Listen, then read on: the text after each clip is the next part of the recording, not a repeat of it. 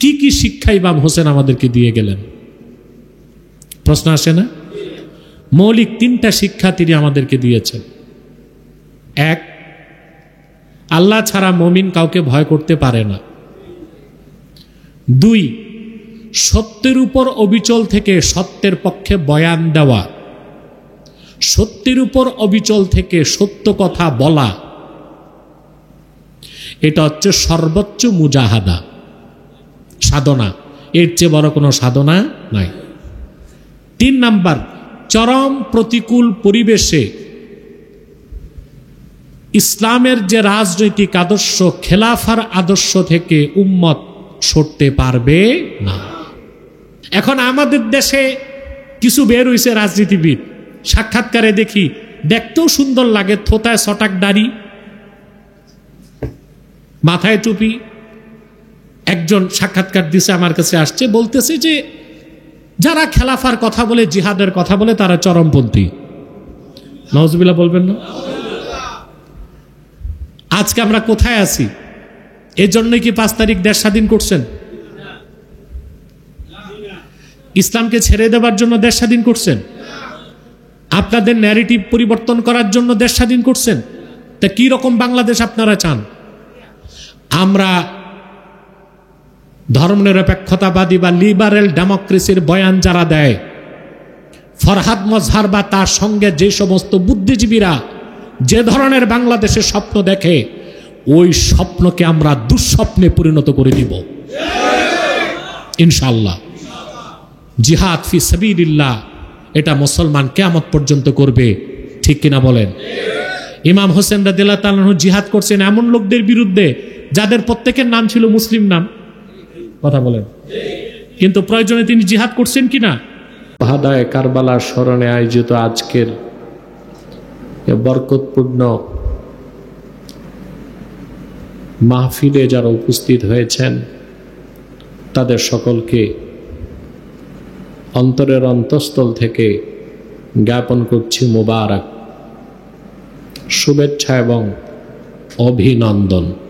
আজকে যে দিনটি আমাদের থেকে গত হয়েছে, দিনটিকে বলা হয় ইয়াউমুল আশুরা। ইয়াউমু আশুরা, মুহাদ্দিসদের কেউ কেউ বলেন লাইলাতুল আশেরের সিফত হিসেবে আশুরা বলা হয়, কিংবা মাদুল হয়েছে সেজন্য এটাকে আশুরা বলা হয়। আল্লাহ তাআলা অনেক অত্যাশ্চর্য, কুদরতপূর্ণ, হেকমাপূর্ণ 10টি কাজ করেছেন ইয়াউমুল আশুরাতে, সেজন্য আশুরা বলা হয়ে থাকে। এরকম মত আল্লামা বদরুদ্দিন আইনি উমদাতুল কারি শারহু সহিহুল বুখারীতে উল্লেখ করেছেন। কিন্তু ঐতিহাসিক কারবালার প্রান্তরে 61 হিজরিতে হুজুরপুর নূর সাল্লাল্লাহু আলাইহি ওয়াসাল্লামের কলিজার টুকরা ফাতেমার নয়নের পুত্তলি ইমাম হোসেন রাদিয়াল্লাহু তাআলা আনহুর শাহাদাতের যে নজরানা, সেটা ইসলামের ইতিহাসে এক রক্তাক্ত অধ্যায় সৃষ্টি করে দিয়েছে।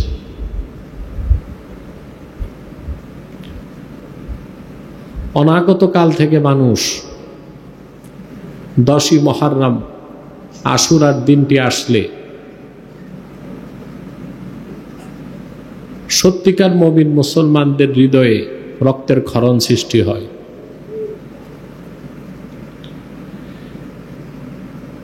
আমাদের দেশে 10ই মুহররম কারবালার ইতিহাস নিয়ে আলোচনা হয়, ওয়াজ মাহফিল হয়, কিন্তু ইমামে হোসেন রাদিয়াল্লাহু তাআলা আনহু যে শিক্ষা রেখে গেলেন, ওনার বুকের তাজা রক্ত দিয়ে তিনি যে ফতোয়া লিখে গেলেন ফুরাতের তীরে, আমরা সেদিকটি খুব একটা লক্ষ্য করি না। বরং অধিকাংশ আলেম ওলামা বিতর্কেই লিপ্ত থাকে। ইমাম হোসেন ঠিক ছিলেন না তিনি ভুল করেছিলেন, নাউজুবিল্লাহ। এজিদ কতটুকু অপরাধী এজিদের আসলে দোষ ছিল কিনা এসব নিয়ে ব্যস্ত হয়ে পড়ে। ইমামে হোসেন রাদিয়াল্লাহু তাআলা আনহুর সাউন্ডটা ঠিক করতে হবে, চিকন হবে, নয়েজ হবে না, বলে দাও, ইকো হবে না। ইমামে হোসেন রাদিয়াল্লাহু তাআলা আনহুর শাহাদাতের পর থেকে কারবালার ঘটনাকে কেন্দ্র করে দুইটা বাতিল ফেরকা কাজ করে যাচ্ছে। একটা অভিশপ্ত খাওয়ারেজ খারিজি সম্প্রদায়, আরেকটি হচ্ছে অভিশপ্ত রাওয়াফেজ শিয়া সম্প্রদায়। খাওয়ারেজ বা খারিজিরা কারবালার ঘটনার জন্য ইমাম হোসেন রাদিয়াল্লাহু তাআলা আনহুকে দায়ী করে। কখনো কখনো তারা ইয়াজিদকে রাদিয়াল্লাহু তাআলা আনহু পর্যন্ত বলে ফেলে। আহলে বাইতের প্রতি বাতিল ফেরকা খারিজিদের একটা গোসা ছিল। এই খারিজিদের উৎপত্তি হয়েছে ইরাকের হারুরা নামক এলাকায়। হযরত আলী রাদিয়াল্লাহু তাআলা আনহু খারিজিদেরকে নসিহত করার জন্য আব্দুল্লাহ ইবনে আব্বাস রাদিয়াল্লাহু তাআলা আনহুমাকে 3 বার পাঠিয়েছিলেন। চতুর্থবার তিনি খারিজিদের বিরুদ্ধে যুদ্ধ করেছেন। সে যুদ্ধে 8000 খারিজি নিহত হয়েছে, 4000 চতুর্দিক ছড়ায় গিয়েছিল। কারবালায় ইমাম হোসেন রাদিয়াল্লাহু তাআলা আনহু ও আহলে বাইতের বিরুদ্ধে সরাসরি যুদ্ধ করেছে সেই খারিজিদের অভিশপ্ত সদস্যরা। আবার রাফিজি সম্প্রদায় যারা শিয়া, তারা আবার কারবালার ঘটনাকে পুঁজি করে রাসূল করিম সাল্লাল্লাহু আলাইহি সাল্লামের জলিলুল কদর সাহাবী যারা ছিলেন তাদের বিরোধিতা করে এবং হযরত মুয়াবিয়া রাদিয়াল্লাহু তাআলা আনহুকে অকথ্য ভাষায় গালিগালাজ করে। দুইটাই বাতিল ফেরকা, দুইটাই পরিত্যক্ত। আমরা আহলুস সুন্নাহ ওয়াল জামাতের বিশ্বাস হচ্ছে হযরতে হোসেন রাদিয়াল্লাহু তাআলা আনহু তিনি পূর্ণ শাহাদাত লাভ করেছেন, তিনি সঠিক ছিলেন। ইয়াজিদ লানতপ্রাপ্ত এবং অভিশপ্ত ছিল। অনেকে হানাফি মাযহাবের কথা বলে, যে ইমাম আজম বা হানাফিগণ তো তাকে কাফের বলে নাই। আপনারা জানেন ইমাম আজমের জন্ম 80 হিজরিতে আর কারবালার ঘটনা 61 হিজরিতে। তো ইমামে আজমের কাছে একেবারে বিশুদ্ধ সনদে সব কথা পৌঁছেনি, এই জন্য তিনি কাফের না বলে তার বাকি কাজকর্মের উপর বিচার করে তাকে আফসাক, বড় দরজার ফাসেক বলেছে। কিন্তু পরবর্তী ঐতিহাসিকগণ চুলচেরা বিশ্লেষণ করে একজন দুইজন নয় অসংখ্য মুজতাহিদ বলেছেন ইয়াজিদ ওয়াজিবুল লানা, এবং কেউ কেউ তাকে কাফেরও বলেছে। হানাফি মাযহাবের শ্রেষ্ঠ তাফসীরের কিতাব রুহুল মাআনি 25তম খণ্ডে 309 পৃষ্ঠায় আল্লামা মাহমুদ আলুসি ইয়াজিদের ব্যাপারে 3 পৃষ্ঠা আলোচনা করছেন। কত পৃষ্ঠা? তাকে কাফের বলা যাবে কি যাবে না এইসব আলোচনা করছেন 3 পৃষ্ঠা। তারপর তিনি তার নিজের মতটা উল্লেখ করেছেন, ফাআকুলু ইন্নাল খাবিসা লাম ইউসাদ্দিক বিরিসালাতিন নবী সাল্লাল্লাহু আলাইহি সাল্লাম। এটা মাহমুদ আলুসির মত। যা আমি আলুসি মনে করি, এটাই আমার বিশ্বাস যে অভিশপ্ত ইয়াজিদ আল্লাহর রসুলের রেসালত কি বিশ্বাস করত না। তো রাসূলুল্লাহ সাল্লাল্লাহু আলাইহি ওয়াসাল্লামের রেসালতকে যে বিশ্বাস করত না, সেই ইয়াজিদকে কি মুমিন বা মুসলিম বলা যায়? তা আমাদের দেশে বিতর্ক হয়, কেউ খারিজিদের কথা বলে, কেউ রাফিজিদের কথা বলে, আর আহলে হক আহলে সুন্নাত সঠিক কথাটাই বল। কিন্তু শিক্ষাটা কি? ইমামে হোসেন রাদিয়াল্লাহু তাআলা আনহু ওনার বুকের তাজা রক্ত ঢেলে দিলেন কি প্রতিষ্ঠিত করতে, কি প্রমাণ করতে? উনি মৌলিক যে শিক্ষা উম্মতকে দিয়ে গিয়েছেন, সুবহানাল্লাহ। আল্লাহ চেয়েছেন তার হাবিব মুহাম্মদ সাল্লাল্লাহু আলাইহি ওয়াসাল্লামের বংশের উজ্জ্বল নক্ষত্র ইমাম হোসেন আল্লাহ দ্বীনের জন্য কোরবান হোক, যেন কিয়ামত তক উম্মতের কেউ বলতে না পারে যে আল্লাহ দ্বীনের জন্য আমার অবদান বেশি। এই কথা বলার সুযোগ না রাখার জন্যে আল্লাহ তাআলা ইমাম হোসেনের শাহাদাতকে কবুল করেছেন। মাত্র ৭৩ জন সৈন্য নিয়ে তিনি ৩,০০০, পরবর্তীতে ১০,০০০ সৈন্যের বিরুদ্ধে লড়াই করেছেন। শুধু আল্লাহকে ভয় করছেন আর সত্যের উপর প্রতিষ্ঠিত থেকেছেন। ৪, ইসলাম পূর্ণাঙ্গ জীবন বিধান। এখানে ইসলামের বাইরে কোনো মতাদর্শ রাজনৈতিক হলে তা গ্রহণ করা। দ্বন্দ্বটা ছিল খেলাফত আর মুলুকিয়াত। খেলাফত আর মুলুকিয়াত। আজকে বাংলাদেশে যারা অতিমাত্রায় গণতন্ত্র পূজারী, তাদেরকে বলবো ভালো করে তারিখ ইবনে আসাকির, আল বেদায়া ওয়ান নেহায়া, মুকাদ্দামা ইবনে খালদুন এগুলো পড়ুন। পশ্চিমারাও গণতন্ত্রের পক্ষে এত হইচই করে না আপনারা যতটুকু শুরু করছেন। আপনারা এগুলো পড়াশোনা করুন। ইমামে হোসেন রাদিয়াল্লাহু তাআলা আনহু মুলুকিয়াতকে মেনে নেন নাই, তিনি খেলাফতের উপর অটল ছিলেন। এজিদ যে রাজনৈতিক মতাদর্শ চাপিয়ে দিয়েছিল ওইটা কি ছিল? মুলুকিয়াত, রাজতন্ত্র। ইমামে হোসেন রাদিয়াল্লাহু তাআলা আনহু খেলাফার আদর্শকে পূর্ণ প্রতিষ্ঠিত করার জন্য বুকের তাজা রক্ত দিয়েছেন।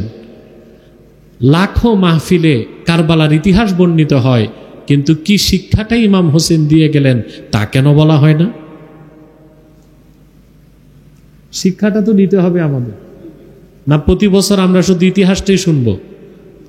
ইতিহাস শুনবো কেন? ইমামে হোসেন রাদিয়াল্লাহু তাআলা আনহুর শিক্ষা আর দীক্ষাকে আমাদের আদর্শ হিসেবে গ্রহণ করার জন্য। এটাই মূল কথা না? রাসূল করিম সাল্লাল্লাহু আলাইহি ওয়াসাল্লাম তো আগ থেকেই জানতেন ওনার নাতি ইমাম হোসেন ওনার দ্বীনের জন্য কোরবান হবেন, জানতেন না? তো রাসূলুল্লাহ সাল্লাল্লাহু আলাইহি ওয়াসাল্লাম আল্লাহর কাছে আবেদন করে ইতিহাসটা ভিন্ন রকম হোক, তাকে মঞ্জুর করাইতে পারতেন না? পারতেন? সুবহানাল্লাহ। রাসূলুল্লাহ সাল্লাল্লাহু আলাইহি ওয়াসাল্লাম বলেছেন, লাউ আরাদতু আন তাসীরাল জিবালু মাইয়া যাহাবান ওয়া ফিদ্দাতান লাসারাত। আমার মুখে বলতে হবে না, লাউ কুলতু বলেন নাই রাসূলুল্লাহ সাল্লাল্লাহু আলাইহি ওয়াসাল্লাম। আমি যদি মুখে বলি এটা বলেন নাই, তিনি বলেছেন আমি যদি মনে মনে ইচ্ছে করি যে মক্কা মুকাররমা মদিনা মুনাওয়ারার পাহাড়গুলো সোনা রূপায় পরিবর্তন হয়ে আমার দুই পাশ দিয়ে দৌড়াবে, তা আমার মনে চাইলেই হবে এই সব সোনা রূপা হয়ে আমার দুই পাশ দিয়ে দৌড়াবে। সুবহানাল্লাহ। এই রকম ক্ষমতা আল্লাহ তার হাবিবকে দান করেছিলেন। সুবহানাল্লাহ। তো রাসূলুল্লাহ সাল্লাল্লাহু আলাইহি সাল্লাম তো আগ থেকেই জানতেন ইমাম হোসেন শহীদ হবেন। তো রাসূলুল্লাহ সাল্লাল্লাহু আলাইহি সাল্লাম আল্লাহর কাছে দরখাস্ত করে ইতিহাসটা ঘুরাই দিতে পারতেন না? রাসূলুল্লাহ সাল্লাল্লাহু আলাইহি সাল্লাম যে জানতেন, আমি কিছু হাদিস আপনাদেরকে শোনাচ্ছি, দেখুন। হযরত আনাস রাদিয়াল্লাহু তাআলা আনহু বর্ণনা করেছেন, ইস্তাদানা মালাকুল কত্রে আন ইয়াতিয়ান নবিয়্য সাল্লাল্লাহু আলাইহি ওয়াসাল্লাম ফাআযিনা লাহু। হযরত আনাস ঘটনা বর্ণনা করেন যে বিভিন্ন ভূখণ্ডের দায়িত্ব আল্লাহ যে ফেরেশতাদেরকে দিয়ে রাখেন, এইরকম এক ফেরেশতা রাসূল করিম সাল্লাল্লাহু আলাইহি ওয়াসাল্লামের কাছে আসার অনুমতি চাইলেন। রাসূলুল্লাহ সাল্লাল্লাহু আলাইহি ওয়াসাল্লাম তাকে অনুমতি দিলেন।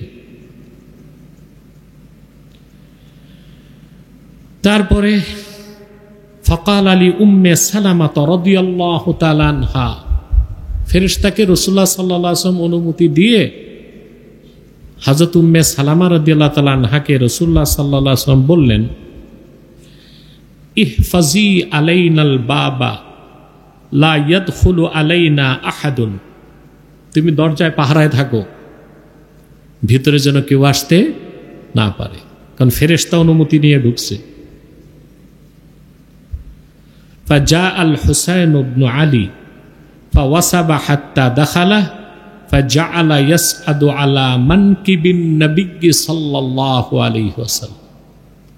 এমন সময় ইমাম হোসেন একেবারেই বাচ্চা শিশু, তিনি আসলেন, তিনি ভিতরে প্রবেশ করলেন। আম্মাজান উম্মে সালামা হযরত হোসেনকে আর বাধা দিলেন। ইমাম হোসেন এসে আল্লাহ রসুল সাল্লাল্লাহু আলাইহি সাল্লামের স্কন্দ মুবারকে উঠে বসে গেছেন। ফেরেশতা আল্লাহ রসুল সাল্লাল্লাহু আলাইহি সাল্লাম জিজ্ঞেস করলেন, ফাকাল আল মালাকু আতুহিব্বু, আপনি কি তাকে ভালোবাসেন? রাসূলুল্লাহ সাল্লাল্লাহু আলাইহি ওয়াসাল্লাম বললেন, নাম। ফাকালা ইন্না উম্মাতাকা তাকতুলুহু, আপনার উম্মতি কিন্তু আপনার এই নাতিকে শহীদ করবে। ওয়া ইন শি'তা আরাইতুকাল মাকান আল্লাযী ইউক্তালু ফীহি ক্বালা ফাদারাবা বিয়াদিহি ফাআরাহু তুরাবান আহমার فأخذت أم سلمة ذلك التراب فصرته في طرف صوبها। ফেরেশতা বললেন, আপনার নাতি কোন জায়গায় শহীদ হবে আমি আপনাকে দেখাইতে পারি যদি আপনি দেখতে চান। ফেরেশতা সেই কারবালার জায়গাটা রাসূল করিম সাল্লাল্লাহু আলাইহি ওয়াসাল্লামকে দেখালেন, মাটিতে আঘাত করলেন, রক্তাক্ত মাটির একটা অংশ তুলে ধরলেন। হযরত উম্মে সালামা আবার মাটির একটা অংশ ওনার কাপড়ের একটা অংশে গিট বেঁধে রেখে দিলেন। কথা বুঝতেছেন? ক্বালা ফাকুন্না নাসমাউ আন্নাহু ইউক্তালু বিকারবালা। তারপর কারবালার ঘটনা ঘটেছে। হযরত উম্মে সালামা রাদিয়াল্লাহু তাআলা আনহা বললেন যে এই বিষয়টা আগ থেকেই আমরা জানতাম যে তার শাহাদাত হবে কারবালার প্রান্তরে। তো রাসূলুল্লাহ সাল্লাল্লাহু আলাইহি ওয়াসাল্লাম কি জানতেন? হযরতে আশআস ইবনু সুহাইম তার পিতা সূত্রে বর্ণনা করেন, ক্বালা সামি'তু আনাস ইবনুল হারিস ইয়াকুলু সামি'তু রাসূলুল্লাহি সাল্লাল্লাহু আলাইহি ওয়াসাল্লাম ইয়াকুল ইন্না ইবনি ইয়ানিল হুসাইনা। হযরত আনাস ইবনুল হারিস বলেন যে আমি রাসূলুল্লাহ সাল্লাল্লাহু আলাইহি ওয়াসাল্লামের নূরের জবান থেকে দুই কানে শুনেছি, তিনি একদিন হোসেনকে লক্ষ্য করে বললেন, আমার এই সন্তান মানে নাতি, রাসূলুল্লাহ সাল্লাল্লাহু আলাইহি ওয়াসাল্লাম উদ্দেশ্য করলেন ইমাম হোসেনকে, ইউক্তালু বিআরদিন ইউকালু লাহা কারবালা, আমার এই নাতি শাহাদাত বরণ করবে কারবালা নামক অঞ্চলে।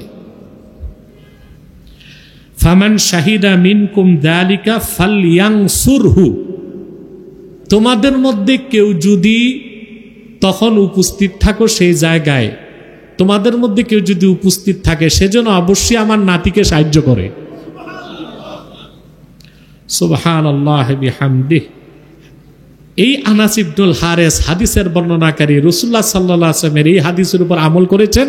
তিনি ইমাম হোসেনের পক্ষে জিহাদ করতে করতে শাহাদাত বরণ করছেন। তাহলে রাসূলুল্লাহ সাল্লাল্লাহু আলাইহি ওয়াসাল্লাম জানতেন, আল্লাহর কাছে কি দরখাস্ত করছেন? এরপরে দেখুন হযরত আলী রাদিয়াল্লাহু তাআলা আনহু নিজে বর্ণনা করেছেন, দাখালতু আলা রাসূলিল্লাহি সাল্লাল্লাহু আলাইহি ওয়াসাল্লাম যাতা ইয়াউমিন ওয়া আইনাহু তাফিদান। হযরত আলী বলেন, আমি একদিন আল্লাহ রাসূল সাল্লাল্লাহু আলাইহি ওয়াসাল্লামের কদম মোবারক উপস্থিত হলাম, দেখি রাসূলুল্লাহ সাল্লাল্লাহু আলাইহি ওয়াসাল্লামের দুই চক্ষু মোবারক থেকে অশ্রু ঝরতেছে। ফাকুলতু মা আবকাকা ইয়া রাসূলুল্লাহ, আয় আল্লাহর রাসূল, কোন বিষয়টা আপনাকে কান্না করাচ্ছে? তা আল্লাহ রাসূল সাল্লাল্লাহু আলাইহি ওয়াসাল্লাম বললেন, বালা কামা মিন ইনদি জিবরিল ক্বাবলু, তুমি আসার একটু আগে আমার কাছ থেকে জিবরিল চলে গেছে। ফাহাদ্দাসানি আন্নাল হুসাইনা ইউকতালু বিশাত্তিল ফুরাত, জিবরিল আমারে বলে গেছে আমার নাতি হোসেন ফোরাতের তীরে শাহাদাত বরণ করবে। তাহলে ইমাম হোসেনের শাহাদাতে রাসূলুল্লাহ সাল্লাল্লাহু আলাইহি ওয়াসাল্লাম কষ্ট পেয়েছেন? শহীদ হওয়ার আগেই রাসূলুল্লাহ সাল্লাল্লাহু আলাইহি ওয়াসাল্লামের চোখ থেকে পানি ঝরেছে। তাহলে কারবালার ঘটনায় ইমাম হোসেনের বিরোধিতাকারীরা, এটাকে ফাসেক ফাজের বলা যাবে না, ওগুলো সব মুনাফিকের কাতারে আছে। এই হাদিস থেকেও দেখা যায় যে রাসূল করিম সাল্লাল্লাহু আলাইহি ওয়াসাল্লাম কে আল্লাহ আগে জানায় দিয়েছিলেন যে ওনার দ্বীনের জন্যে ওনার সাহাবীগণ রক্ত দিয়েছেন উহুদে আর বদরে আর খন্দকে, আর ওনার খুদে সাহাবী ওনার নাতি হোসেন রক্ত দিবে কারবালায় ওনার দ্বীনের জন্য। আহলে বায়তের পক্ষ থেকে ইমাম হোসেন উম্মতে মুহাম্মাদিয়াকে ঋণী করে গেলেন। কি করে গেলেন? এই ঋণ কেউ শোধ করতে উম্মতের পক্ষে কারো পক্ষে এই ঋণ কখনো শোধ করা সম্ভব হবে। প্রিয় ভাইরা, অসংখ্য রওয়ায়াত এসেছে হাদিসের কিতাবে। আরেকটি রওয়ায়াত আপনাদেরকে শোনাচ্ছি। হযরত আব্দুল্লাহ ইবনে আব্বাস রাদিয়াল্লাহু তাআলা আনহুমা তিনি বর্ণনা করেন, রাআইতু রাসূলুল্লাহি সাল্লাল্লাহু আলাইহি ওয়াসাল্লাম ফিল মানামি নিসফান নাহারে আশআথা আকবারা মাআহু কারুরাতুন ফিহা দামুন। আব্দুল্লাহ ইবনে আব্বাস রাদিয়াল্লাহু তাআলা আনহুমা বলেন, আমি একদিন ঠিক দুপুরবেলা আল্লাহ রাসূল সাল্লাল্লাহু আলাইহি ওয়াসাল্লামকে স্বপ্নে দেখলাম। আমি তর্জমাটা একটু অন্যভাবে করছি, কারণ আল্লাহর হাবিবের শানে তর্জমা করতে খুব সাবধান থাকতে হয়। রাসূল করিম সাল্লাল্লাহু আলাইহি ওয়াসাল্লামের চুল মুবারকগুলো ছিল অবিন্যস্ত। কি ছিল? অবিন্যস্ত। আর আমাদের সাধারণ উম্মতের ক্ষেত্রে তর্জমা করতে গেলে আমরা বলতে পারি চুল ছিল এলোমেলো, উস্কো খুস্কো, কিংবা এই কি বলে অগোছালো। কিন্তু এরকম তর্জমা হাবিবে খোদার শানে চলবে না। এগুলো আমাদের দেশের অনেক মৌলবি বুঝে না, হ্যাঁ, না বুঝে তর্জমা করে বসে থাকে। এবং রাসূল করিম সাল্লাল্লাহু আলাইহি ওয়াসাল্লামের চেহারা মোবারকটা ছিল মলিন।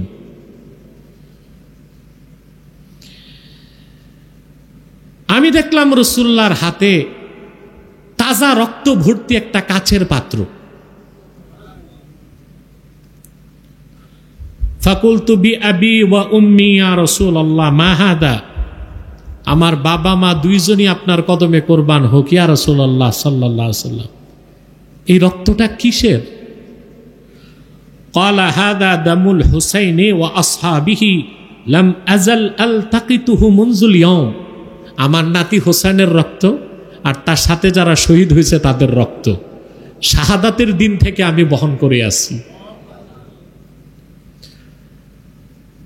ক্বালা আম্মারুন ফাআহসাইনা যালিকাল ইয়াওমা ফাওয়াজাদনাহু ক্বাদ কুতিলা ফি যালিকাল ইয়াওম, আমরা তখন হিসাব মিলাতে লাগলাম। হিসাব মিলায় দেখলাম দিনটা ছিল কারবালার আশুরার দিন, যেদিন ইমাম হোসেন ওনার সঙ্গীগণ শাহাদাত বরণ করেছিলেন। তাহলে ইমাম হোসেনের শাহাদাতে আল্লাহ কষ্ট পেয়েছেন, আল্লাহর হাবিবও কষ্ট পেয়েছেন। মুমিন মুসলমানও কষ্টে তাদের বুক ফাটে, কিন্তু শিয়াদের মতো মাতম করার সুযোগ নাই, আবার খারিজিদের মতো খুশি হওয়ারও। খারিজিরা কি করছে জানেন? মৌজু হাদিস বানাইছে। কি বানাইছে? যে 10ই মুহররম যে ব্যক্তি, একটা মৌজু হাদিস আছে এরকম খারিজিরা তৈরি করছে, যে মানিক তাহালা বিল আসমাদি ইয়াউমা আশুরা লাম ইয়ারমুদ আবাদা, যে 10ই মুহররম আশুরার দিন সুরমা লাগাবে, কি করবে? জীবনে তার চোখে রোগ হবে না। নওয়াজবিল্লাহ।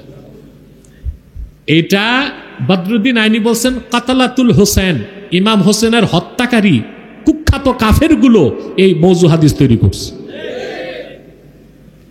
তো কিছু সুন্নি মুসলমানও আহলুস সুন্নাহ আহলে হকও এই খারিজিদের খপ্পরে পড়ে, সাবধান, আপনারা আবার খারিজি বলতে কওমি মাদ্রাসা কি বুঝেন না, কথা বলেন। আমাদের দেশে কওমি আর আলিয়ার একটা কি আছে, দ্বন্দ্ব। তো আলিওয়ালারা বিরোধিতা করতে কওমিদেরকে বলে খারিজি। তো অনেকে মনে করে ওই খারিজি না, ওইটা খারিজি একটা ফেরকা। আর কওমি মাদ্রাসাকে খারিজি বলা হয়, তারা সরকার থেকে খারেজ, সরকার থেকে এই অর্থে বলা হয়। আমাদের দেশে যে মৌলবী সাহেবরা কি নিয়ে ঝগড়া করে, এ তো বলতে গেলে রাত পার হবে, কিন্তু দিন শেষে দেখা যায় ঝগড়া কি উপাদানে তাই খুঁজে পাওয়া যায় না। ঝগড়া যে কি উপাদান আর খুঁজে পাওয়া যায় না। যাক, সেগুলো তো আমরা বলি মানুষকে, মানুষের দূরত্বগুলো কমুক, মাসলাকগত দূরত্ব, এটা আমাদের চাওয়া পাওয়া। এবং আলহামদুলিল্লাহ আল্লাহ তাহরিককে যথেষ্ট সফলতা দিয়েছেন। মাসলাকগত প্রকট দ্বন্দ্বগুলো আমরা কমিয়ে এনেছি দিনের মৌলিক স্বার্থে। আমার মাসলাক আমার, তোমারটা তোমার, দিনের মৌলিক স্বার্থে সবাই এক। মাসলাক যার যার, দিন ইসলাম সবার, ঠিক না? তা এখন কথা শুনতেছেন? এরপরে দেখুন, হযরতে আব্দুল্লাহ ইবনে আব্বাস রাদিয়াল্লাহু তাআলা আনহুমা থেকে আলী ইবনু যায়েদ ইবনে জুযআন, তিনি একটা রিওয়ায়াত হযরত ইবনে আব্বাস থেকে বর্ণনা করেছেন। তিনি বলেন, ইস্তাইকাযা ইবনু আব্বাস রাদিয়াল্লাহু তাআলা আনহুমা মিন নাওমিহি ফাস্তারজাআ ওয়া ক্বালা কুতিলাল হুসাইন ওয়াল্লাহ। হযরত আব্দুল্লাহ ইবনে আব্বাস রাদিয়াল্লাহু তাআলা আনহুমা ঘুমাইছিলেন, হঠাৎ ঘুম থেকে উঠে ইন্না লিল্লাহ পড়তে লাগছেন আর বললেন, আল্লাহর কসম, হোসেন তো শহীদ হয়ে গেছে। তো ফাকাল লাহু আসহাবুহু লিমা ইয়া ইবনা আব্বাস, ওনার সঙ্গে সাথীগণ বললেন, হে ইবনে আব্বাস, কেন এই কথাটা বললেন আপনি? আমরা তো জানি ইমাম হোসেন গেছেন ইরাকে। তখন তিনি বলেন, فقال رأيت رسول الله صلى الله عليه وسلم ومعه زجاجة من دم فقال أتعلم ما صنعت أمتي من بعدي। আব্দুল্লাহ ইবনে আব্বাস বলেন, আমি স্বপ্নে আল্লাহ রাসূল সাল্লাল্লাহু আলাইহি ওয়াসাল্লামকে দেখলাম, ওনার দাস্ত মোবারকে একটি পাত্র, পাত্রের মধ্যে রক্ত। কথা বুঝতেছেন? আর আমাকে আল্লাহ রাসূল সাল্লাল্লাহু আলাইহি ওয়াসাল্লাম বললেন, ইবনে আব্বাস, তুমি জানো আমার উম্মত কি করছে? কাতালুল হুসাইন ওয়া হাদা দামুহু ওয়া দামু আসহাবিহি আরফাউহুমা ইলাল্লাহ। আমার নাতিকে তারা শহীদ করে দিছে, আর এই হচ্ছে আমার নাতি হোসেনের রক্ত আর তার সঙ্গীদের রক্ত, আমি এটা আল্লাহর কাছে পৌঁছায় দিব। সুবহানাল্লাহ। খেয়াল করতেছেন কথা? তারপরে فكتب ذلك اليوم الذي قال فيه وتلك الساعة فما لبثوا إلا 24 يوما حتى جاءهم الخبر بالمدينة المنورة أنه قتل في ذلك اليوم وتلك الساعة। আব্দুল্লাহ ইবনে আব্বাস যখন এই স্বপ্নটা বলছেন, সাথে সাথে লিখে ফেলা হয়েছিল যে তিনি কোন দিন স্বপ্নটা দেখছেন, কোন সময় দেখছেন। কারবালা থেকে মদিনা মুনাওয়ারায় 24 দিন পর যখন খবরটা পৌঁছল, কতদিন? তখন খাতা বের করে মিলিয়ে দেখা হলো, ঠিক যখন ইমাম হোসেন শহীদ হয়েছিলেন সেই সময়ই ইবনে আব্বাস আল্লাহর হাবিব সাল্লাল্লাহু আলাইহি ওয়াসাল্লামকে স্বপ্নে দেখেছিলেন। কথাগুলো শুনতেছেন? ইমামে তিরমিজি একটি হাদিস রওয়ায়াত করেছেন, হাদিসটি আবার দালাইলুন নুবুয়াতে ইমাম বাইহাকি রওয়ায়াত করেছেন 7ম খণ্ডে। আমি বাইহাকির লফজে হাদিসটি বহুবার আগে শুনিয়েছি, আজকে তিরমিজির শব্দে শোনাচ্ছি। ওয়ারাওয়াত তিরমিজি আন আবি সাঈদ আল আশজ্জ আন আবি খালিদ আল আহমর আন রাজিন আন সালামি। তিরমিজি রওয়ায়াত করেছেন, সালামি বর্ণনা করেন। তিনি একজন রাউইয়া তাবেআহ, মহিলা তাবি। তিনি বলেন, قالت دخلت على أم سلمة رضي الله تعالى عنها وهي تبكي فقلت ما يبكيك।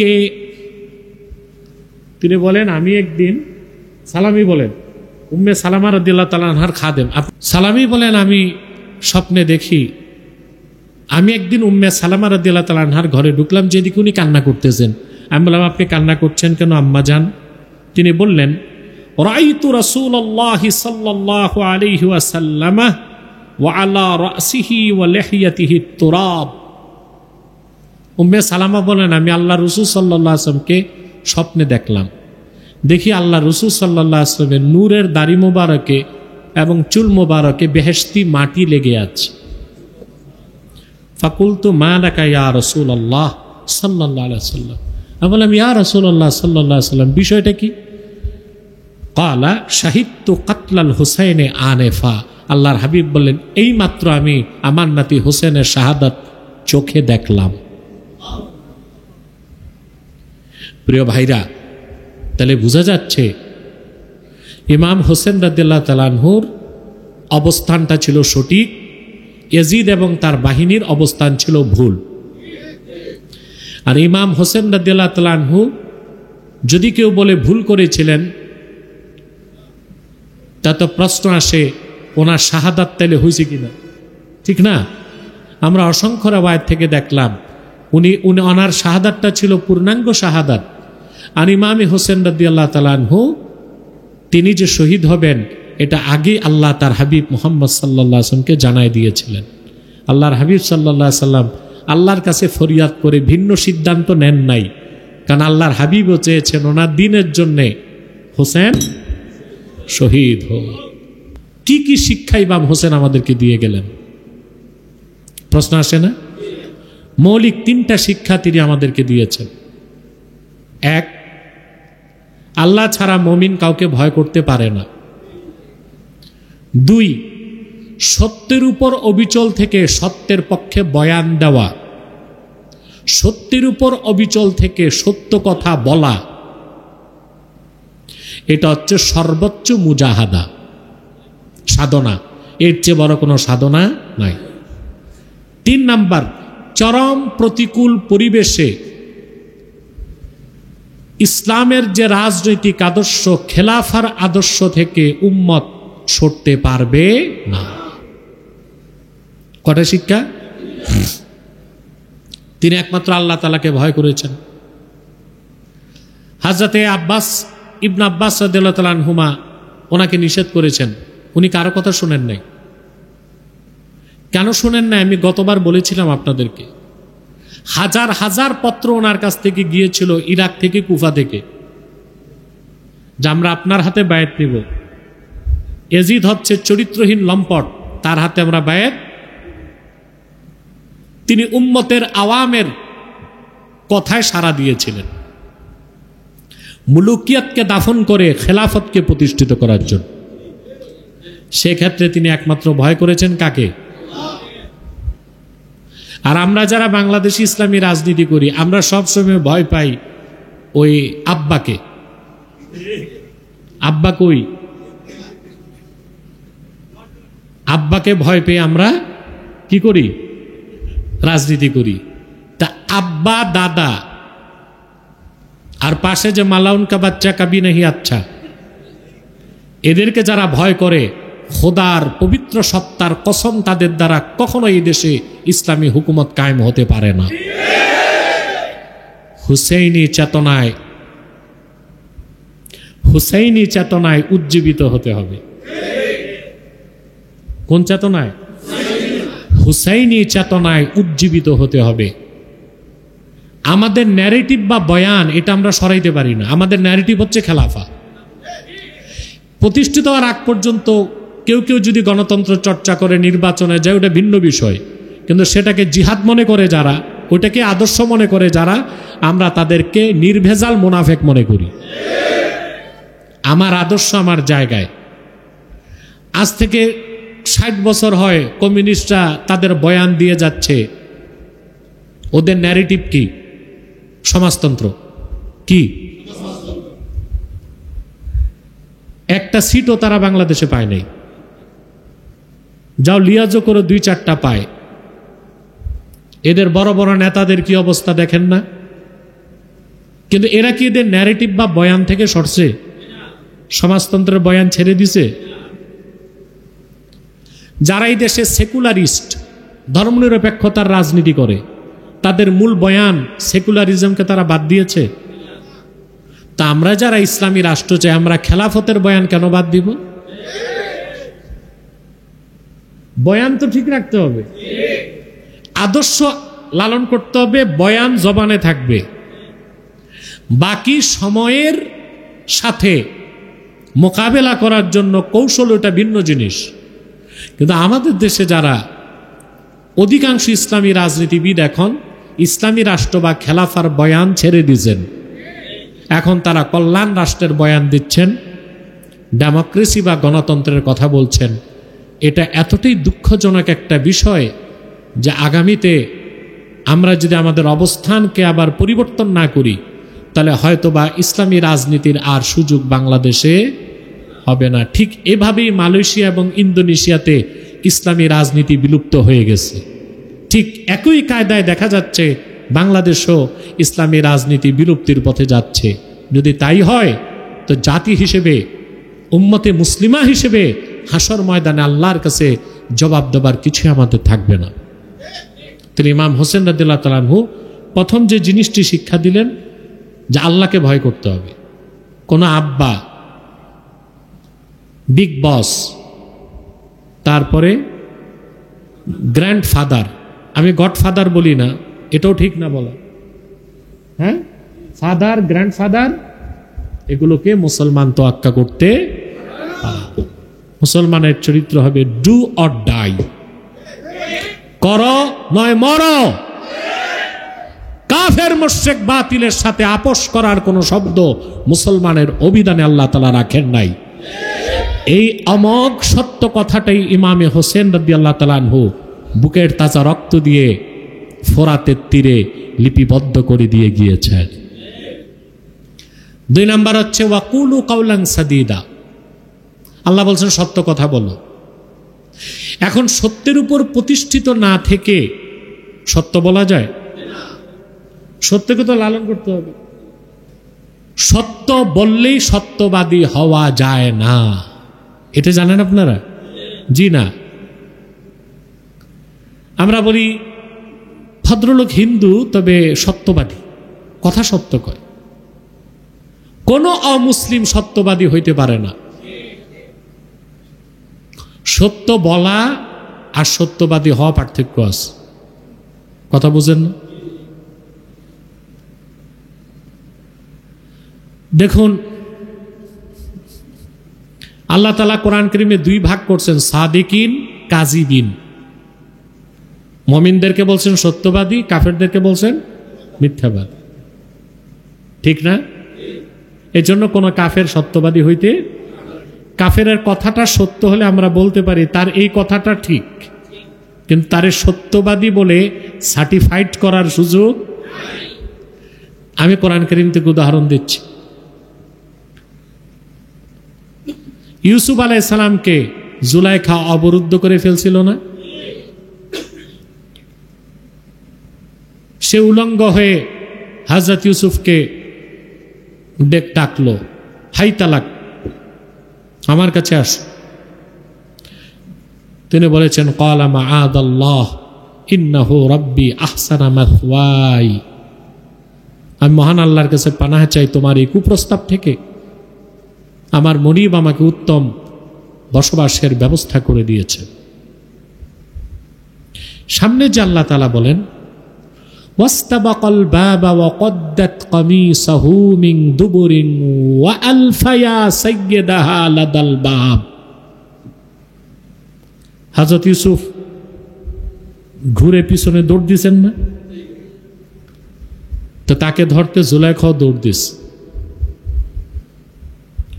ওয়াকদ্দাত কামিসাহু মিন দুবুর, আর পিছন দিক থেকে জুলাইখা হযরত ইউসুফের কাপড় ছিন্ন করে ফেলল। ওয়া আলফায়া সাইয়্যিদাহা লাদাল বাব, বের হয়ে দুজনেই দেখলেন যে জুলাইখার যে সৈয়দ নেতা আজিজে মিসর দাঁড়ায় আছে, ঠিক না? তখন জুলাইখা মিথ্যার আশ্রয় নিয়ে বলল, قالت ما جزاء من أراد بأهلك سوءا إلا أن يسجن أو عذاب أليم। হ্যাঁ, জুলাইখা মিথ্যার আশ্রয় নিছে না? قالت,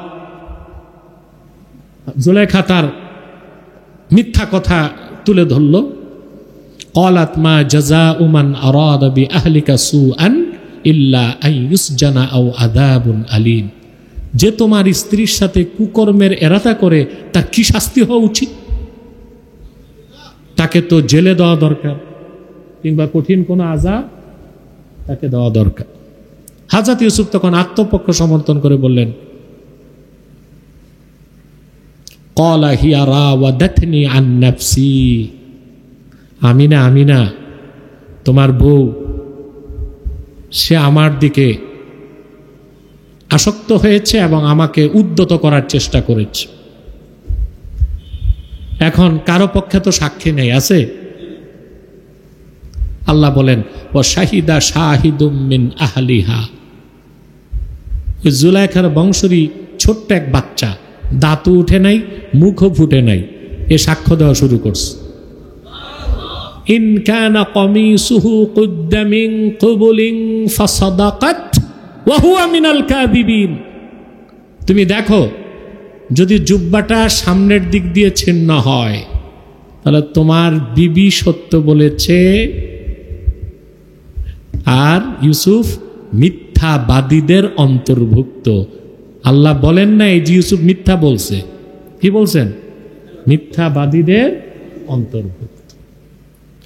وَإِنْ كَانَ قَمِيصُهُ قُدَّ مِنْ دُبُرٍ فَكَذَبَتْ وَهُوَ مِنَ الصَّادِقِينَ, আর যদি জুব্বাটা পিছন দিক দিয়ে ছিন্ন হয়ে থাকে তাহলে তোমার স্ত্রী মিথ্যা বলেছে, ইউসুফ সত্যবাদী। কথা বলেন, দোনো জায়গায় আল্লাহ বললেন মিনাল কাযিবিন মিনাস সাদিকিন। তো সত্য বলাটা বড় জিনিস না, সত্যবাদী হওয়া বড় বিষয়। তো ঈমান আনা ছাড়া কেউ সত্যবাদী হতে। কথাগুলো কেন বলতেছি? কারবালা থেকে কি শিক্ষা নিব?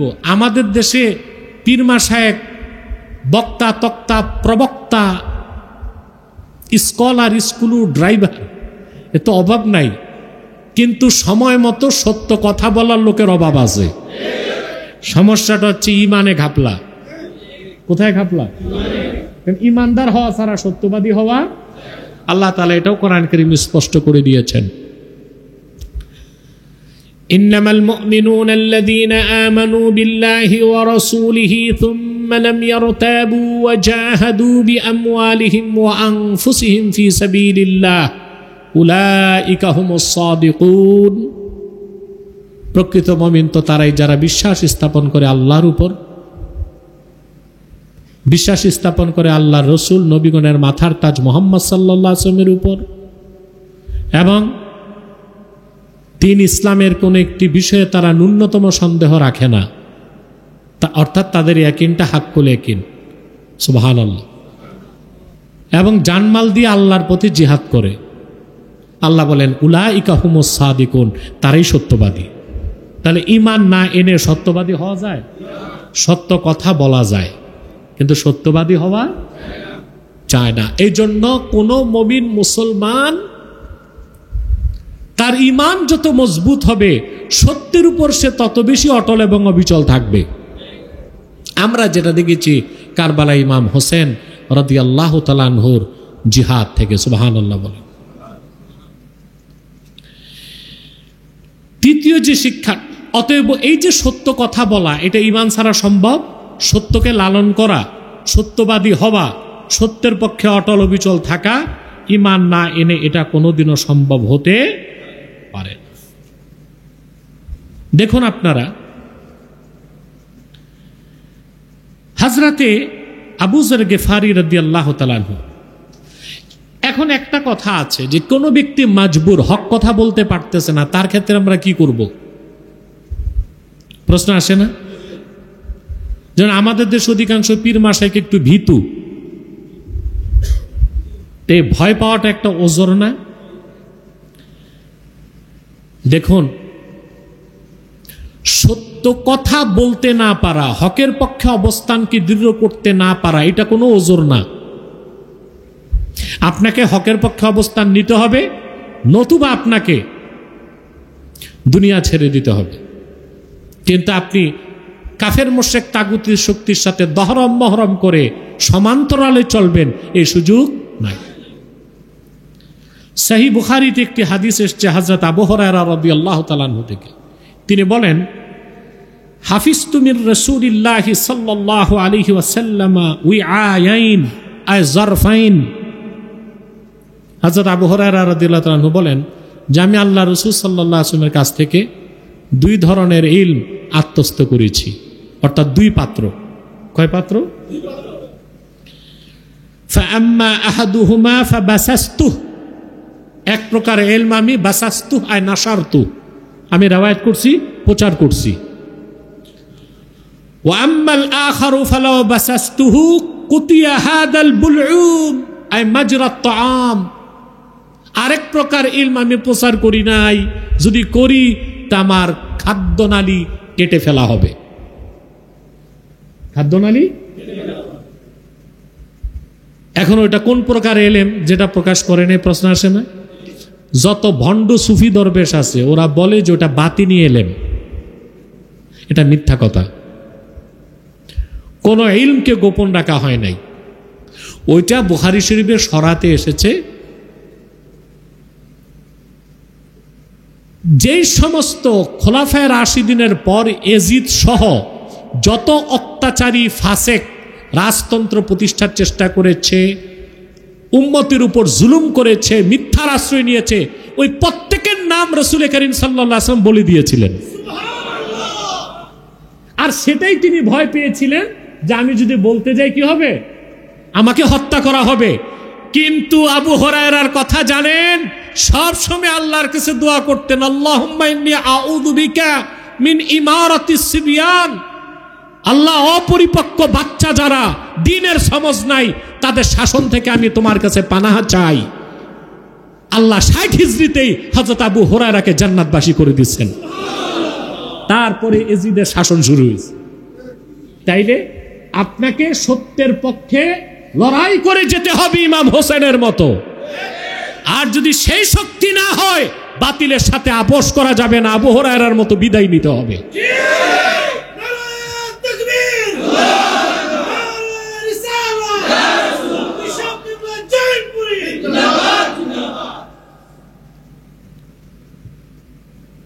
এখন কথা বলার সময়, কিন্তু সব চুপ।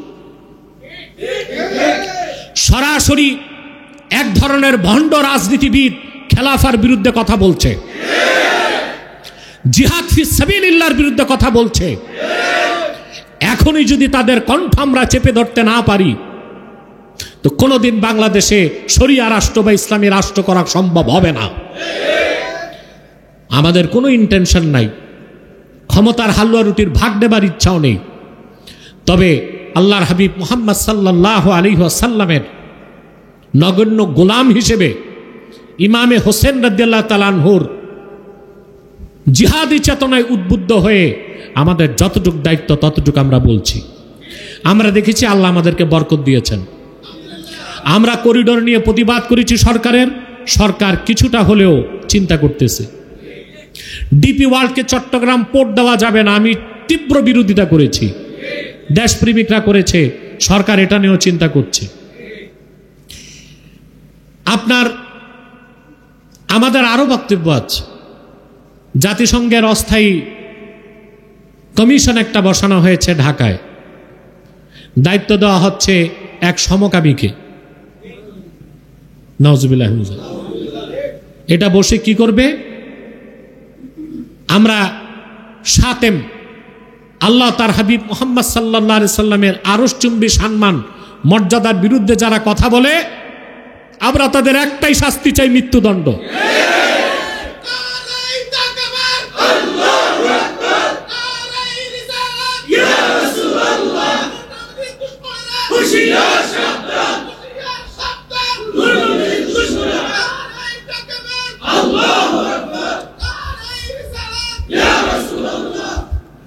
প্রিয় সুধী, কথাটা শুনতেছেন?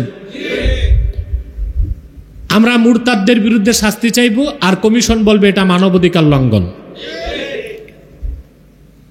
ঠিক না? উপজাতিরা পার্বত্য চট্টগ্রামকে স্বাধীন করতে চায়, আমরা বাধা দিব, আর এই কমিশন বলবে এরা তো আদিবাসী, এদের তো অধিকার আছে। নাউজুবিল্লাহ বলবেন না? আমি সরকারকে বলবো অতি সত্বরে কমিশনকে বাংলাদেশ থেকে বিতাড়িত করা হোক। এই দেশের নীতি নির্ধারণ করবে এই দেশের জনগণ, এবং তা হবে কোরআন সুন্নাহর আলোকে। 11 মাসে আপনারা তো একটা বিষয়ে ঐকমত্যে পৌঁছতে পারলেন না। কমিশন একটা আছে জাতীয় ঐকমত্য কমিশন, আর 1 মাস পর এটা জাতীয় মৃত্যু কমিশনে পরিণত হবে। কারণ এখন পর্যন্ত একটি বিষয়ও তারা ঐকমত্যে পৌঁছতে পারে নাই, বরং নতুন করে রাজনীতির ময়দানে আমদানি হয়েছে পিআর পদ্ধতির নির্বাচন। যারা পিআর পদ্ধতিতে নির্বাচন চান তারা দলীয় স্বার্থ দেখতেছে, কিন্তু দেশের স্বার্থ যে নষ্ট হবে সেদিক তাদের কোনো দৃষ্টি নাই। বাংলাদেশে অসংখ্য অমুসলিমদের ব্যাপক উৎপাত আছে, বাংলাদেশে আছে না? আপনার হিন্দু বৌদ্ধ খ্রিস্টানদের কোটির কাছাকাছি ভোট আছে। 1% ভোট যে পাবে পিআর পদ্ধতিতে, সে 3টা আসন নিয়ে নিবে সংসদে। এখন পিআর পদ্ধতিতে যদি হিন্দু বৌদ্ধ খ্রিস্টানদের ভোট একটা প্রতীকে যায়, তো তারা কতগুলো আসন নিয়ে সংসদে যাবে? আপনি বলবেন তারা বাংলাদেশের নাগরিক, যাক না কেন? মানে ওই যে আব্বাদের কাছ থেকে এমন ধর্মনিরপেক্ষতার ট্যাবলেট খাইছে, ভাবসাবে এরকম প্রয়োজনে হিন্দু প্রধানমন্ত্রী হোক, প্রেসিডেন্ট হোক, সমস্যাটা কি? আমরা তো ভাই ভাই মিলে জুলেই থাকবো। নাউজুবিল্লাহ বলেন। গণতান্ত্রিক পদ্ধতিতে যে নেতা নির্বাচন হয় ভোটের মাধ্যমে, এটাকেই শরীয়ত সমর্থন করে না। আর পিআর পদ্ধতি আসলে সেখানেও যে একটু সুযোগ ছিল নেতা নির্বাচনের ক্ষেত্রে দেখার কে ইমানদার, নামাজি, পরেজগার, এই সুযোগও আর থাকবে না। আপনি জানবেন না আপনার এমপি কে হবে। এটা তো শরীয়তের দৃষ্টিকোণ থেকে সুস্পষ্টভাবে একটি নিন্দনীয় কাজ বলে গণ্য হবে। এখানে গরার, ধোঁকাবাজির প্রচন্ড আশঙ্কা আছে। আপনি নিজের নেতাটাকেই চিনলেন না। অতএব যে যাই বলুক, গায়েব আল্লাহ ছাড়া কেউ জানেন না। তবে আমি প্রবল দৃঢ়তার সাথে বলছি, নির্বাচন নির্ধারিত সময় হবে কিনা তাতেই আমার সন্দেহ। আজ এই নির্বাচন হয়ও এই পিআর পদ্ধতি যারা বলছেন তারা সবাই এর থেকে ফিরে আসবেন, এটাও আপনারা দেখতে পাবেন। কিন্তু এই যে দেশে অরাজকতা সৃষ্টি করে দেশকে প্যারালাইজড স্টেট, একটা অচল রাষ্ট্র বানায় দেওয়া হচ্ছে, এখানে বিজাতিদের কিছু স্বার্থ লুকায়িত আছে। আমরা রাজনীতি নিয়ে ব্যস্ত থাকব, আমরা নিজেরা মারামারি হানাহানিতে থাকব, আর এই ফাঁকে তারা তাদের এজেন্ডাগুলো বাস্তবায়ন করবে। আর আমরা যদি নিজেরা ঐকমত্যে আসতে পারতাম, তাহলে আমরা কিন্তু দেশের দিকে দৃষ্টি দিতে পারতাম। তখন কিন্তু বিজাতিদের পক্ষে বাংলাদেশে দেশের বিরোধী কোনো কাজ করা সম্ভব হবে না। কথাগুলো বুঝাতে পারলাম? অতএব ইমাম হোসেন রাদিয়াল্লাহু তাআলা আনহু আমাদেরকে শিক্ষা দিয়ে গেছেন, সংখ্যা যত কম হোক সত্যের উপর অটল থাকতে হবে, সত্যের পক্ষে বয়ান দিতে হবে। ঠিক না? রাসূল করিম সাল্লাল্লাহু আলাইহি ওয়াসাল্লামের একজন জলিলুল কদর সাহাবী ছিলেন আবু যর গিফারি রাদিয়াল্লাহু তাআলা আনহু, নাম শুনেছেন। ওনার সাথে একদিন দ্বন্দ্ব হলো হযরত মুয়াবিয়ার কোরআন শরীফের একটি আয়াতের ব্যাখ্যা করতে যে। আল্লাহ তাআলা কোরআন কারীমে বলেছেন, ইয়াউমা ইউহমা আলাইহা ফি নারি জাহান্নাম ফাতুকওয়া বিহা জিবাহুহুম ওয়া জুনুবুহুম ওয়া যুহুরুহুম হাদা মা কানাসতুম লিআনফুসিকুম ফাযুকু মা কুনতুম তাকনিজুন। আল্লাহ বলেছেন, যারা সোনা রূপা জমা করে রাখবে, আল্লাহর পথে খরচ করবে না, কাল কিয়ামতের দিন সোনা রূপা জাহান্নামের আগুনে উত্তপ্ত করে তাদের কপালে, পৃষ্ঠদেশে আর পার্শ্বদেশে ছোপ দেওয়া হবে। আর বলা হবে, তোমরা যে সোনা রূপা জাকাত না দিয়া দিনের পথে খরচ না করে জমা করে রাখতে, আজকে তার মজা নাও। হযরত মুয়াবিয়া বললেন, এটা মুসলমানদের জন্য না, এটা আহলি কিতাবের জন্য, অর্থাৎ শাস্তিটা ইহুদি খ্রিস্টানদের জন্য, আহলি কিতাবের জন্য। হযরত আবু যর গেফারি, হযরত মুয়াবিয়া তখন ইরাকের গভর্নর, গোটা ইরাক, দামেস্কে তিনি ছিলেন। শাম, দামেস্ক, ইরাক বিশাল অঞ্চলের তিনি শাসক। হযরত ওসমান রাদিয়াল্লাহু তাআলার পক্ষ থেকে হযরত আবু যর গেফারি দাঁড়ায় গেলেন, বললেন যে আপনার ব্যাখ্যা ভুল। বলে কেন? বলে ইন্না হাযিহিল আয়া নাযালাত ফিনা ওয়া ফিহিম, এই আয়াতে আল্লাহ যে হুকুম নাজিল করেছেন এটা আমাদের জন্য প্রযোজ্য, তাদের জন্য প্রযোজ্য।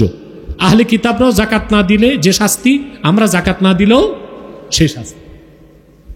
দ্বন্দ্ব এমন পর্যায়ে গেল, হযরত মুয়াবিয়া চিঠি লিখলেন হযরত ওসমান রাদিয়াল্লাহু তাআলা আনহুর কাছে। হযরত ওসমান রাদিয়াল্লাহু তাআলা আনহু হযরত আবু যর গেফারিকে দামেস্ক থেকে ডেকে আনলেন এবং তাকে তার মতো থাকতে বললেন।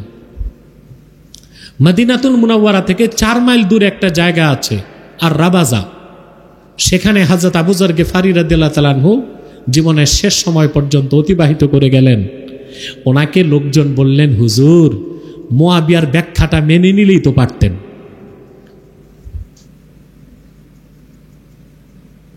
মুয়াবিয়ার ব্যাখ্যাটা দেখেন, আমরা যখন হক কথা বলি, ওই সোশ্যাল মিডিয়া কমেন্ট সেকশনে যাদের গায়ে লাগে তারা গালিগালাজ করে না? তো মাঝে মধ্যে আমাদেরও খারাপ লাগে, তাহলে চুপ থাকি। কিন্তু যখনই আবু যর গেফারি রাদিয়াল্লাহু তাআলা আনহুর বর্ণিত হাদিসটা মনে পড়ে, তখন আর চুপ থাকতে পারি না, যা হক তা বলি। এবং আমি মনে করি বাংলাদেশের সকল বক্তা ও স্কলারদের উচিত যে হাদিসটি আবু যর গেফারি বলেছেন, বলবো এখন, এটা কাগজে লিখে তাবিজ বানায় গলায় লাগায় রাখা। হযরত আবু যর গেফারিকে বলা হলো, হুজুর আপনি দ্বন্দ্বে গেলেন কেন মুয়াবিয়ার সাথে? চুপ থাকতেন, আপনি চুপ থাকতেন। হযরত আবু যর কি বলছে শুনে রাখেন কান পেতে মুসলমান। সহিহুল বুখারীতে ইমাম বুখারী তালিকান হাদিসটাকে নকল করেছেন। আবু যর গেফারি তখন তার অনুসারীদেরকে বললেন, লাউ ওয়াদাতুমিস সামসামাতা আলা হাদিহি ওয়া আশারা ইলা কফাহ। ওনার সামনে ছিল একটা তরবারি, দুধারি তরবারিকে আরবিতে বলে সমসামা। কি বলে? তরবারির অনেক প্রকার আছে, অনেক নাম আছে আরবিতে, বুঝলেন? যে তরবারি দুই দিকে ধার, দুই দিক চালানো যায়, এটা কি? সমসামা। এই যে সৌদি আরবের পতাকায় দেখছেন তরবারি, এটা দুধারি, এটা সমসামা। দুই দিকে তরবারি, মাঝখানে খেজুর গাছ। অর্থাৎ শরীয়ত মেনে সোজা থাকো, ঠিক থাকবা, ডানে গেলে কল্লা যাবে, বামে গেলে কল্লা যাবে। সৌদি আরবের পতাকা এই প্রতীকের মাধ্যমে এই মেসেজ দেয়। কথা বলে না? সৌদি আরবের পতাকা দেখলে তো মন জুড়ায় যায়, কালেমা তৈয়বা লেখা। আর কি? দুই দিকে দুই তরবারি, মাঝখানে খেজুর গাছ। খেজুর গাছ সোজা না? এর মানে সোজা থাকো, সেরাতে মুস্তাকিমে থাকো, কোনো সমস্যা নাই। ডানে যাবা কল্লা যাবে, বামে যাবা, ঠিক না? তো আবু যর গিফারি রাদিয়াল্লাহু তাআলা আনহু তার সামনের সামসামা দুধারি তরবারিটা দেখায় বললেন, তোমরা যদি এই তরবারিটা এখানে রাখো, আর নিজের গর্দান দেখালেন। ثم ظننت أني أنفذ كلمة سمعتها من النبي صلى الله عليه وسلم قبل أن تجيزوا علي لأنفذتها। আমার গর্দানে যদি তরবারি রেখে দাও, আমি যদি মনে করি আল্লাহর হাবিব সাল্লাল্লাহু আলাইহি ওয়াসাল্লামের কাছ থেকে শুনেছি, একটা হাদিস এখনো বলা হয় নাই, বলতে পারবো, তাহলে তোমরা আমার কল্লা কাটার আগে আমি তা বলে দিব। এই শিক্ষাই আবু যার গিফারি রাদিয়াল্লাহু তাআলা আনহু আমাদেরকে দিয়ে গিয়েছেন, যার মূর্তমান প্রতীক হিসেবে প্রমাণ দিয়েছেন ইমামে হোসেন রাদিয়াল্লাহু তাআলা আনহু কারবালার প্রান্তরে। ওবায়দুল্লাহ বিন জিয়াদের পক্ষ থেকে বারবার বলা হয়েছিল, আপনি আত্মসমর্পণ করুন, ইয়াজিদকে খলিফা মেনে নেন। তিনি মিথ্যার সাথে আপোষ করেন নাই, তিনি তার গর্দানকে উৎসর্গ করেছেন লিল্লাহ, আল্লাহর জন্য। উনি ওনার হৃদয়ে লালিত ইসলামের যে রাজনৈতিক আদর্শ, খেলাফার মহান আদর্শ থেকে এক চুল পরিমাণ বিচ্যুত হন নাই, মুখ ঘুরান নাই, সত্যকে লালন করে সত্যের ন্যারেটিভ প্রচার করেছেন। শেষ মুহূর্তে জিহাদের ময়দানে ঝাঁপিয়ে বুকের রক্ত উৎসর্গ করে দিয়েছেন। এই শিক্ষা আমাদের কারবালা থেকে নিতে হবে। কথা বুঝতে পেরেছেন? তৃতীয় যে বিষয়, মুসলমানের একমাত্র রাজনৈতিক আদর্শ হবে খেলাফা। আদর্শ কি হবে?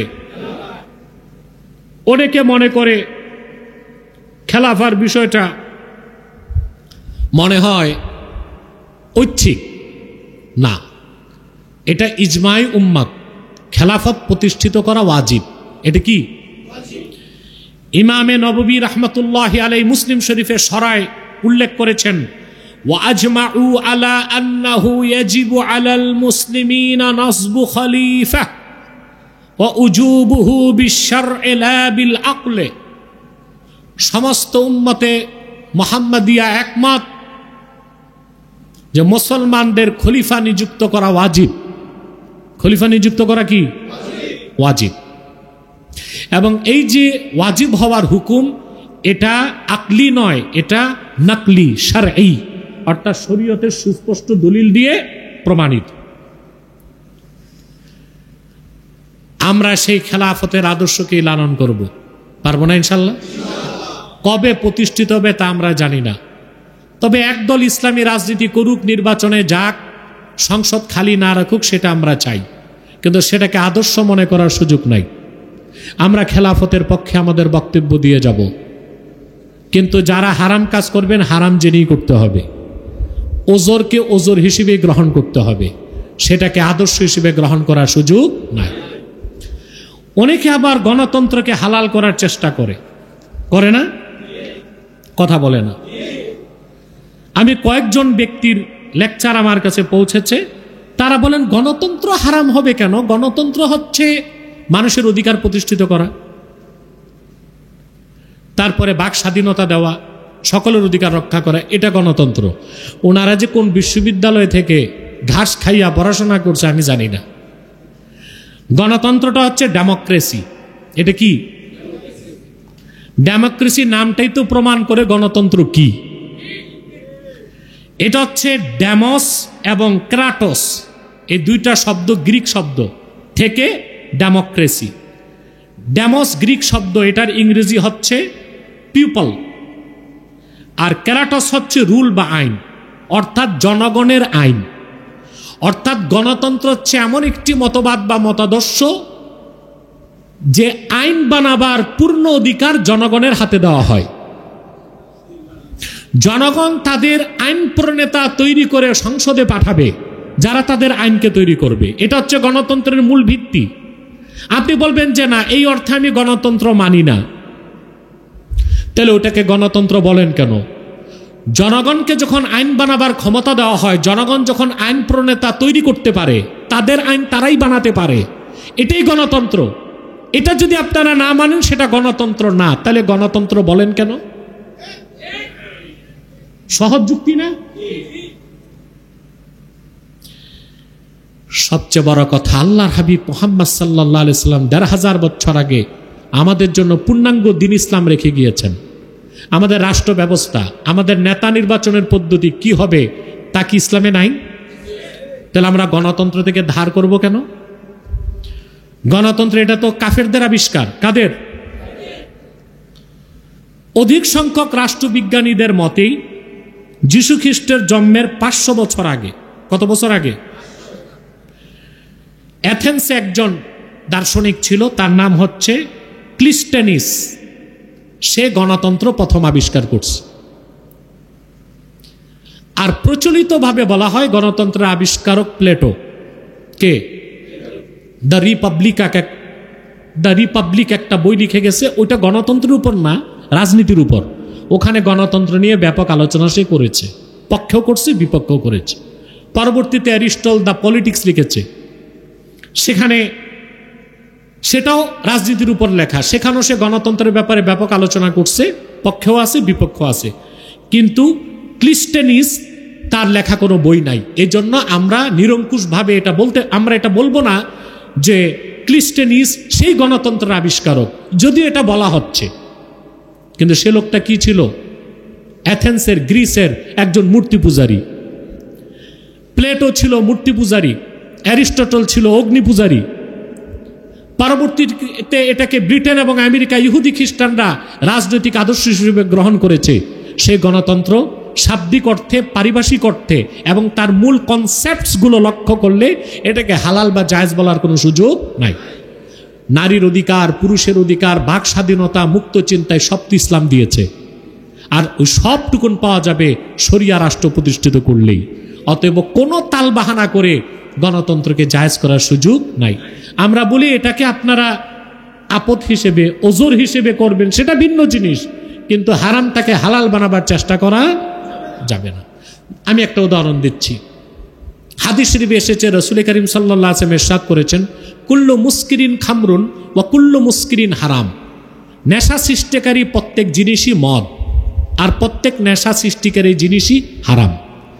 এখন যেই নামে বোতলে যাই থাক, ওটা যদি নেশা সৃষ্টি করে, ওটা কি? ওটা মদ। ওটা কি? এখন আমি একটা মদ বের করলাম বোতলে, বুঝলেন, লিখে দিলাম হালাল মদ, বললাম এটা তো পশ্চিমাদের মদ না, ওটা খাইলে নেশা হয়, মা খালা চিনে না, আমাদেরটা এটা হালাল, এটা নেশা হবে না। তো যদি নেশা না হয় সেটাকে তো আর মদই বলা যায় না। তা আপনারা যে গণতন্ত্র চান যেখানে শিরক কুফর থাকবে না, ওটা তো আর গণতন্ত্রই না। আর যদি বলেন গণতন্ত্র, তো অবশ্যই সেটা শিরক মুক্ত হইতে পারে না, কারণ গণতন্ত্র নামটাই বলতেছে এটা ডেমোক্রেসি, ডেমোস ক্রেটস, অর্থাৎ জনগণের আইন, জনগণকে আইন বানাবার অধিকার দেওয়া, ক্ষমতা দেওয়া। কথাগুলো বলে দিলাম কারণ এই বিষয়গুলো এখন বিতর্ক হচ্ছে বাংলাদেশে। শেষ কথা বলবো, ইমাম হোসেন রাদিয়াল্লাহু তাআলা আনহু আমাদেরকে আরেকটা মৌলিক শিক্ষা দিয়ে গিয়েছেন যে মুসলমানদের মুক্তির জন্য খেলাফা আরেকটা জিনিস, সেটা হচ্ছে জিহাদ ফি সাবিলিল্লাহ। জিহাদকে অস্বীকার করলে ঈমান থাকবে? আজকে জিহাদের বিপক্ষে বলা হয়, জি, জিহাদের পক্ষে কথা বললে বলা হয় চরমপন্থী। কি বলা হয়? চরমপন্থী।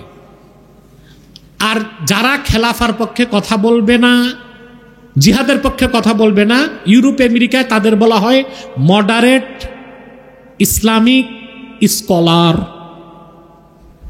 দুইটা কথা তাদের ইসে থাকতে পারবে না। কয়টা?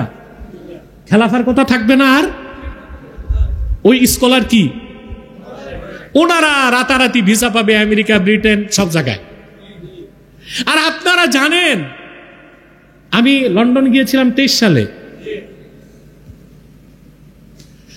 আমি গেটওয়ে দিয়ে লন্ডনে প্রবেশ করছি। আমি যাওয়ার পর 12 দিনে সকল প্রকার কাফের, মুশরিক, রামবাম, নাস্তিক ব্রিটেনে আমার বিরুদ্ধে সংবাদ সম্মেলন করছে, মিছিল করছে, মানববন্ধন করছে। অবাক হবেন, নিউজ প্রেজেন্টার নাইজেল ফারাজ যে ব্রেক্সিট আন্দোলন করছে, আন্দোলন করে এই লোকটাই ব্রিটেন পার্লামেন্টের সদস্য থাকা অবস্থায় ইউরোপীয় ইউনিয়ন থেকে ব্রিটেনকে বের করছে। ব্রেক্সিট জানেন না আপনারা? এই নাইজেল ফারাজ আমার বিরুদ্ধে 23টা প্রতিবেদন করছে। পরে তো আমাকে চলে আসতে হয়েছে, আমার ভিসাটাকে ক্যান্সেল করে দিয়েছে। তার কারণ 3টা। সকল প্রকার কাফের, মুশরিক, রামবাম, নাস্তিকদের বিরুদ্ধে আমরা কঠোর। 2, আমরা খেলাফা চাই। 3, আমরা জিহাদ ফি সাবিলিল্লাহর কথা বলি। এই জন্য আমরা তাদের চোখে কি এক্সট্রিমিস্ট, চরমপন্থী। এখন আমাদের দেশে কিছু বের হইছে রাজনীতিবিদ, সাক্ষাৎকারে দেখি দেখতেও সুন্দর লাগে, থোতায় ছটাক দাড়ি, মাথায় টুপি। একজন সাক্ষাৎকার দিছে, আমার কাছে আসছে, বলতেছে যে যারা খেলাফার কথা বলে, জিহাদের কথা বলে, তারা চরমপন্থী। নাউজুবিল্লাহ বলবেন না? আজকে আমরা কোথায় আছি? এই জন্যই কি 5 তারিখ দেশ স্বাধীন করছেন? ইসলামকে ছেড়ে দেবার জন্য দেশ স্বাধীন করছেন? আপনাদের ন্যারেটিভ পরিবর্তন করার জন্য দেশ স্বাধীন করছেন? তা কি রকম বাংলাদেশ আপনারা চান? আমরা ধর্মনিরপেক্ষতাবাদী বা লিবারেল ডেমোক্রেসির বয়ান যারা দেয়, ফরহাদ মজহার বা তার সঙ্গে যে সমস্ত বুদ্ধিজীবীরা যে ধরনের বাংলাদেশের স্বপ্ন দেখে, ওই স্বপ্নকে আমরা দুঃস্বপ্নে পরিণত করে দিব ইনশাআল্লাহ। জিহাদ ফি সাবিলিল্লাহ, এটা মুসলমান কিয়ামত পর্যন্ত করবে, ঠিক কিনা বলেন? ইমাম হোসেন রাদিয়াল্লাহু তাআলা আনহু জিহাদ করছেন এমন লোকদের বিরুদ্ধে যাদের প্রত্যেকের নাম ছিল মুসলিম নাম, কথা বলেন, কিন্তু প্রয়োজনে তিনি জিহাদ করছেন কিনা? মনে রাখবেন, জিহাদ ফি সাবিলিল্লাহ এটা মানসুখ হয় নাই, কিয়ামত পর্যন্ত জিহাদের হুকুম বাকি থাকবে, এটা জানেন আপনারা? আবু দাউদ শরীফের হাদিস, রাসূল করিম সাল্লাল্লাহু আলাইহি ওয়াসাল্লাম ইরশাদ করেছেন, সালাসুম মিন আসলিল ঈমান, ঈমানের মূল ভিত্তি 3টা। ইসলামের মূল ভিত্তি কয়টা? বুনিয়াল ইসলাম ওয়ালা খামসিন, ইসলামের মূল ভিত্তি 5টা, আর ঈমানের মূল ভিত্তি, এর মধ্যে একটা রাসূল করিম সাল্লাল্লাহু আলাইহি ওয়াসাল্লাম ইরশাদ করেছেন, ওয়াল জিহাদু মাযিন মুযবাসানি আল্লাহু ইলা আন ইউকাতিলা আখিরু উম্মতি আদ-দাজ্জালা। এই ঈমানের 3 ভিত্তির একটা অন্যতম ভিত্তি হচ্ছে, আমি মুহাম্মদ সাল্লাল্লাহু আলাইহি ওয়াসাল্লামকে প্রেরণ করে আল্লাহ জিহাদকে ফরজ করছেন আমার উম্মতের উপর, আমার উম্মতের শেষ ব্যক্তি কর্তৃক দাজ্জালকে হত্যার আগ পর্যন্ত এই জিহাদের হুকুম বাকি থাকবে, বলেন সুবহানাল্লাহ। সেই ব্যক্তি ঈসা ইবনে মারইয়াম। দাজ্জালকে হত্যা করার পর আর মুসলিমদের উপর জিহাদের হুকুম থাকবে না, কারণ সব মুসলমান থাকবে। কি থাকবে? এরপর আবার দুনিয়ার অবনতি ঘটবে, ইয়াজুজ মাজুজ আসবে, ওদেরকে আল্লাহ গজব দিয়া ধ্বংস করবেন, তারপর মুমিন থাকবে, আর জিহাদ লাগবে। এরপর আবার রিহুম তাইয়্যিবা, পবিত্র বাতাস এসে সকল মুসলমানের ডান বগলে লাগবে, এক সময় সব মুমিন বেহেশতবাসী হবে, তখন পৃথিবীতে থাকবে শুধুই কাফের, তো জিহাদ করবে কে? এই হাদিসের ব্যাখ্যায় মোল্লা আলী কারি লেখেন, হানাফি মাযহাবের মুখপত্র, ওয়ালা শাক্কা আন্না ইজমা আল উম্মতি আন্নাল জিহাদ মাযিন ইলা ইয়াউমিল কিয়ামাতি লাম ইউনসাখ। এই হাদিস থেকে প্রমাণিত হয় ইজমায়ে উম্মত, উম্মতে মুহাম্মাদের উপর জিহাদ কিয়ামত পর্যন্ত ফরজ। সুবহানাল্লাহ বলবেন না? এবং এটা মানসুখ হয় নাই, মানসুখ। তা আমরা কি জিহাদকে বাদ দিব? জিহাদের কথা বললেই চরমপন্থী বলা হয়। আপনার আমার লেকচার আছে চরমপন্থা, মধ্যপন্থা, শিথিলপন্থা, এটা দেখবেন, বুঝলেন? তাহলে যে ভণ্ড যারা কথিত স্কলার, তাদের মুখস্থ উন্মোচন হবে ইনশাল্লাহ। আরেকটি হাদিস বলে শেষ করে দিচ্ছি, আমাদের মুক্তি কোনো সংস্কারে নাই, পশ্চিমাদের আদর্শ মানার মাধ্যমে আমাদের মুক্তির কোনো ব্যবস্থা নাই। আল্লাহর হাবিব মুহাম্মদ সাল্লাল্লাহু আলাইহি ওয়াসাল্লামের সুন্নাহকে আঁকড়ে ধরার মাধ্যমে আমরা জাগতিক জীবনের শান্তি এবং পরকালের মুক্তি পেতে পারি। রাসূল করিম সাল্লাল্লাহু আলাইহি ওয়াসাল্লাম ইরশাদ করেছেন, বুইসতু বিস-সাইফি বাইনা ইয়াদাইস সাআ হাত্তা ইউবাদাল্লাহু ওয়াহদাহু লা শারীকা লা। আমি মুহাম্মদ সাল্লাল্লাহু আলাইহি ওয়াসাল্লামকে তরবারির সাথে পাঠানো হয়েছে, অর্থাৎ আমাকে প্রেরণ করে আল্লাহ আমার উম্মতের উপর জিহাদকে ফরজ করে দিয়েছেন। এই জিহাদ ও কেতাল বাকি থাকবে ততদিন সমগ্র পৃথিবীতে এক আল্লাহর ইবাদত যতক্ষণ শুরু না হয়। কথা বলেন? ওয়াজুইলা রিজকি তাহতা যিল্লি রুমহি, আর আমার ঢালের নিচে আমার রিজিককে বরাদ্দ রাখা হয়েছে। ওয়াজুইলা যিল্লাতু ওয়াস-সাগারু আলা মান খালাফা আমরি, আর আমার সুন্নতের বিরোধিতাকারী যারা, তুচ্ছতার জিল্লত তাদের উপর বরাদ্দ করা হয়েছে। ওয়ামান তাশাব্বাহা বিকওমিন ফাহুয়া মিনহুম, আর আমার সুন্নতকে বাদ দিয়া যে ব্যক্তি অন্য কোন জাতি বা গোষ্ঠীর সাদৃশ্য, আদর্শ, মতাদর্শ মেনে নিবে, সে সেই জাতি বা গোষ্ঠীর বলে গণ্য হবে। তাহলে আর গণতন্ত্রকে আদর্শ মানার সুযোগ আছে? ইমাম হোসেন রাদিয়াল্লাহু তাআলা আনহু আমাদের জন্য যে মহান শিক্ষা রেখে গিয়েছেন, সেটা আমরা হৃদয়ে লালন করব। আল্লাহ যেন আমাদেরকে কবুল করেন, বলুন আল্লাহুম্মা আমিন।